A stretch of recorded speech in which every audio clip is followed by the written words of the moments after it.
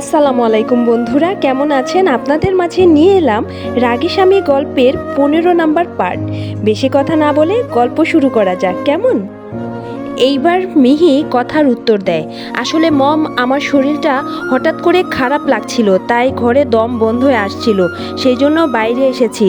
আর room থেকে বাইরে হওয়ার সময় উনি খোঁজ পেয়ে যান, তাই এসেছে। ও আচ্ছা, তোমার শরীরের কি দোষ বলো? যা যা হচ্ছে এই বাড়িতে, আর আমাকে বাঁচাতে গিয়ে তোমার সমস্যা হচ্ছে। তবে এখন অনেক রাত হয়ে গেছে, আর বাইরে থেকে কাজ নেই। যাও রুমে গিয়ে একটু ঘুমানোর চেষ্টা করো, দেখবে ঠিক হয়ে যাবে। নিহান, যাও মিহিকে নিয়ে রুমে যাও। হানিয়া শিকদার এই কথা বলে চলে যায়। মিহি আর নিহান ওনার যাওয়ার দিকটা তাকিয়ে থাকে। নিহান বলে, মিহি, কেন যেন মায়ের বলা কথাটা বিশ্বাস হলো না আমার। এত রাতে পানি খেতে বের হয়েছে, আর চাদরে শুধু শীতের জন্য পেঁচিয়ে রেখেছে। কথাটা যেন অদ্ভুত। কেন যেন মনে হচ্ছে মম কিছু তো লুকিয়ে যাচ্ছে আমাদের কাছ থেকে, কিন্তু সেটা কি? ঠিক বলেছেন, মমের কথায় বিশ্বাস আমারও হয় না। মম পানি খেতে নিচে গেছে, কিন্তু হাতে পানির কোনো বোতল নাই। আর এই মমকে কেন কেউ মারতে চায়? এমন কোনো কথা বা জিনিস রয়েছে যা মম আমাদের থেকে লুকিয়ে যাচ্ছে, আর সেই জন্য এই আক্রমণ হচ্ছে। কিন্তু কি কথা সেটা বুঝতে পারছি না। আচ্ছা চলুন মিহি, অনেক রাত হয়ে গেছে, রুমে যেতে হবে। আপনার শরীরের অবস্থা ভালো না, ডক্টর বলেছে ভালো করে ঘুমাতে, তাই চলুন। মিহি আর নিহান নিজেদের রুমে চলে যায়। তবে মিহির চোখে ঘুম নাই, কেন যেন সব রহস্য তার মাথা থেকে যাচ্ছে না। নিহান বিষয়টা খেয়াল করে। নিহান মিহির সোফার কাছে যায় আর ওর মাথায় হাত রেখে বলে, মিহি, একটা কাজ করেন, আপনি ঘুমিয়ে পড়েন, আমি আপনার মাথায় হাত বুলিয়ে দিই, তাড়াতাড়ি ঘুমিয়ে পড়বেন। আরে না, কি করছেন এইসব? কোনো দরকার নাই, আপনি যান ঘুমিয়ে পড়েন, আমি ঠিক আছি। মিহি, আমি জানি আপনার ঘুম আসবে না, এইসব রহস্যের আগুন এইসব মাথায় ঘুরপাক খাবে, তাই মাথায় হাত বুলিয়ে দেই, ঘুমিয়ে পড়েন, আপনার শরীর অসুস্থ, ঘুম খুব দরকার। নিহানের কথা শুনে মিহি আর কিছু বলে না, সে চুপচাপ সোফায় শুয়ে পড়ে। নিহান সুন্দর করে মিহির মাথা টিপে দেয়। মিহি বেশ শান্তি লাগছে, সত্যি আজকে ওর ঘুম আসতো না। কিন্তু নিহান সেটা কি করে বুঝে গেল? মিহি মনে মনে বলে, আব্বু, আমি জানি না তুমি আমার জন্য কেমন ছেলে খুঁজে বের করবে, কিন্তু দয়া করে ওনার মতো কাউকে আমার জন্য ঠিক করো, যাকে দেখে মনে হবে এই মানুষটা আমার, যে আমার মনের কথা মুখে বলার আগেই বুঝতে পারবে। সত্যি নিহান, আপনার মতো হয়তো কেউ কখনো এই মিহির এত খেয়াল রাখতে পারবে। এত ভালো কেন আপনি, যে আপনার থেকে দূরে থাকা যায়ই না? নিহান এইসব কথা ভেবে ভেবে ঘুমিয়ে পড়ে। নিহান সুন্দর করে মাথা টিপে দেয়। মিহি ঘুমিয়ে পড়েছে দেখে নিহান উঠে দাঁড়ায়। এখন শীতকাল, তাই বাইরে ঠান্ডা বাতাস, মিহির শীত করছে। নিহান আলমারি থেকে একটা কম্বল নিয়ে এসে মিহির শরীরের উপরে দেয় আর বলে, মিহি, হয়তো আপনার সাথে আমার বিয়ে না হলে আমার জীবনে অনেক বুঝদার আর শান্ত মেয়ে আসতো, কিন্তু তার সাথে আমি কখনোই এতটা সুখী থাকতে পারবো না। কি করে যে আপনি আমার এত কাছে চলে আসলেন সত্যিই বুঝতে পারি নাই মিহি।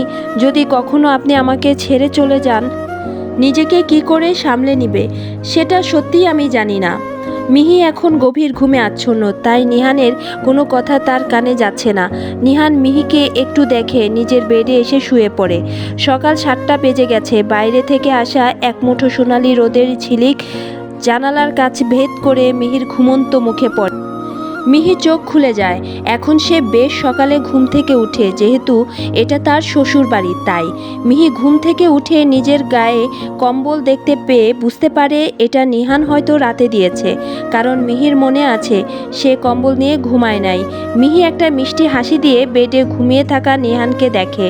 নিহানের ঘুমন্ত মুখ দেখে মিহি মায়ায় পড়ে যায়। সে উঠে নিহানের কাছে যায়, ওর বেডে কাছে বসে। মিহি হাত দিয়ে নিহানের মুখ একটু আলতো করে ছুঁয়ে দেয় আর বলে, এই খাটাস লোকটা সময়ের সাথে সাথে ভালো হয়ে যাচ্ছে কেন?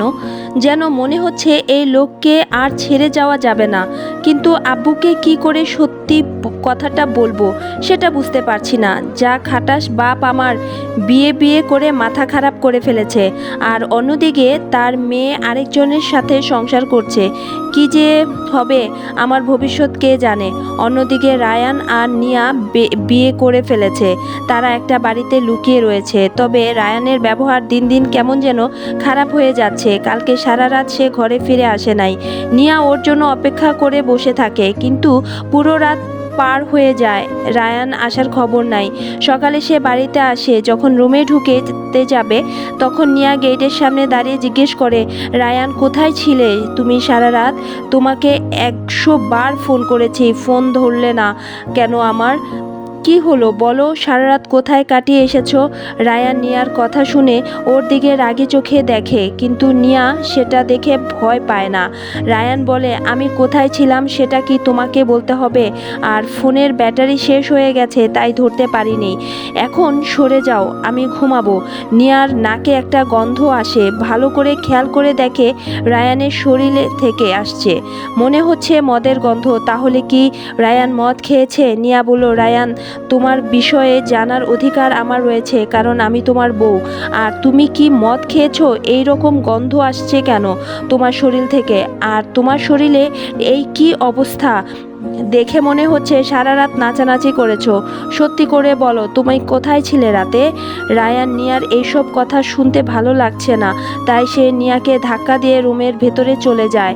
শুধু একজনের জন্য এই নিয়া নামের ঝামেলাকে সে বিয়ে করেছে, না হলে এই মেয়েকে তার সহ্য হয় না। নিয়া খেয়াল করে রায়ানের চোখ লাল, মানে সত্যি রায়ান মদ খেয়েছে। নিয়া মনে মনে বলে, তাহলে কি তোমাকে বিয়ে করে ভুল করেছি রায়ান? আমি পরিবারের মানুষের সাথে বিশ্বাসঘাতকতা করে নিজের জীবনটাকে শেষ করে দিয়েছি।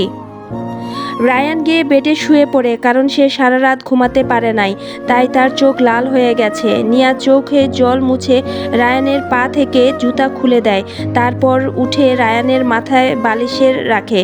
কিন্তু যখন বিছানা ছেড়ে উঠে পড়বে তখন হঠাৎ রায়ানের শার্টের দিকে নজর পড়ে। রায়ানের শার্টে একটা লিপস্টিকের দাগ ছিল। নিয়া বলে, রায়ান তোমার শার্টের মধ্যে এই দাগ কোত্থেকে এসেছে? এটা লিপস্টিকের দাগ মনে হচ্ছে। সত্যি করে বলো তুমি, রায়ান সারা রাত কোথায় ছিলে তুমি? কার সাথে ছিলে বলো?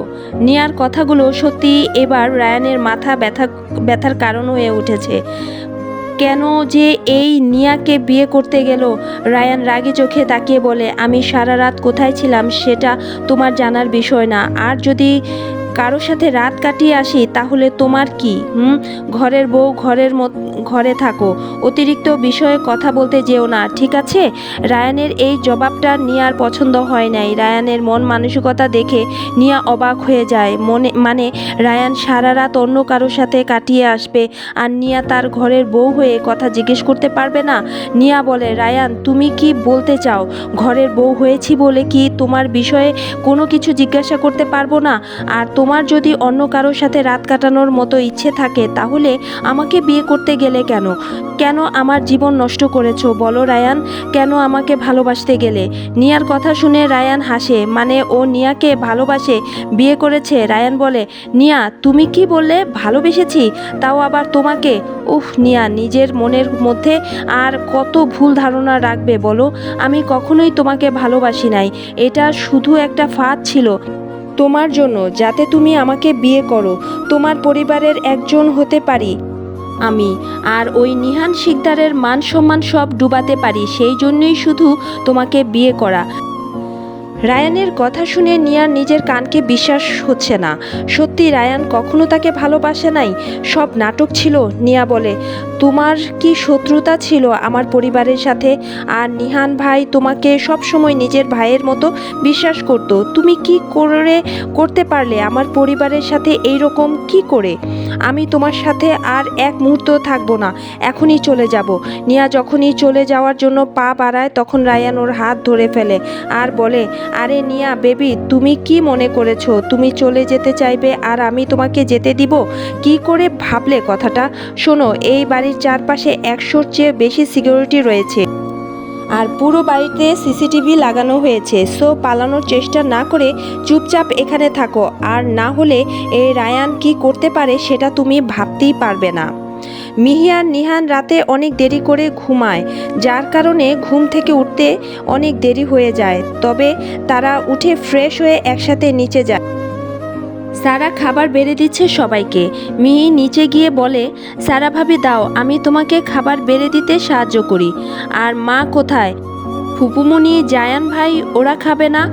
আসলে হানিয়া বেগম নিচে এসে খাবার খেতে চায় নাই, আর ওনার ঘুম এখনও ভাঙে নাই। কালকে অনেক রাত করে ঘুমিয়েছে। তবে নিহানের ফুপি জাকিয়া বেগম নিচে আসে আর বলে, কি হলো, খাবার হয়েছে নাকি আরও সময় লাগবে? না মা, খাবার হয়ে গেছে, আসুন খেতে বসুন। জাকিয়া বেগম এইবার আর চোখে মিহিকে দেখে। সেও সারাকে সাহায্য করছে খাবার পরিবেশনা করতে। সারা মিহিকে বারণ করে তাকে সাহায্য না করতে, কারণ মিহি অসুস্থ, কিন্তু মিহি তাও সাহায্য করে। জাকিয়া বেগম বলে, নতুন বউ, কি যেন নাম তোমার? মিহি, তাই না? আজকে তুমি কাজ করছো হঠাৎ করে, মনে পড়ে গেল না কি তুমি এই বাড়ির বউ? বিয়ের পর থেকে একদিনও রান্নাঘরে যাও নাই, তাই তুমি কি মনে করো তুমি পায়ের উপর পা তুলে বসে থাকবে আর সবাই তোমাকে রান্না করে খাওয়াবে? নিহান তার ফুপির কথা শুনছিল। আসলে খাবার নিয়ে আসতে একটু সময় লাগছিল, তাই নিহান টিভি দেখতে থাকে। মিহি জাকিয়া বেগমের কথা শুনে তেমন একটা মনে করে না। সত্যি তার কাজ করা উচিত ছিল। মিহির বিয়ের যেমনি করেই হোক না কেন, এটা তার শ্বশুরবাড়ি, সেটা মনে রাখা উচিত ছিল মিহি বলে, সরি ফুপি, আসলে এতদিন বিয়ের অসুস্থতা আর রেজাল্টের জন্য কাউকে কোনো কাজে সাহায্য করতে পারি নাই। তবে এখন থেকে সারা ভাবিকে সব কাজে সাহায্য করব। বন্ধুরা, গল্পটি চলবে, আর কেমন লাগছে গল্পটি অবশ্যই জানাবেন। এখনও যারা আমাদের এই চ্যানেলটি সাবস্ক্রাইব করেননি, অবশ্যই সাবস্ক্রাইব করে দিবেন। কেমন? ধন্যবাদ।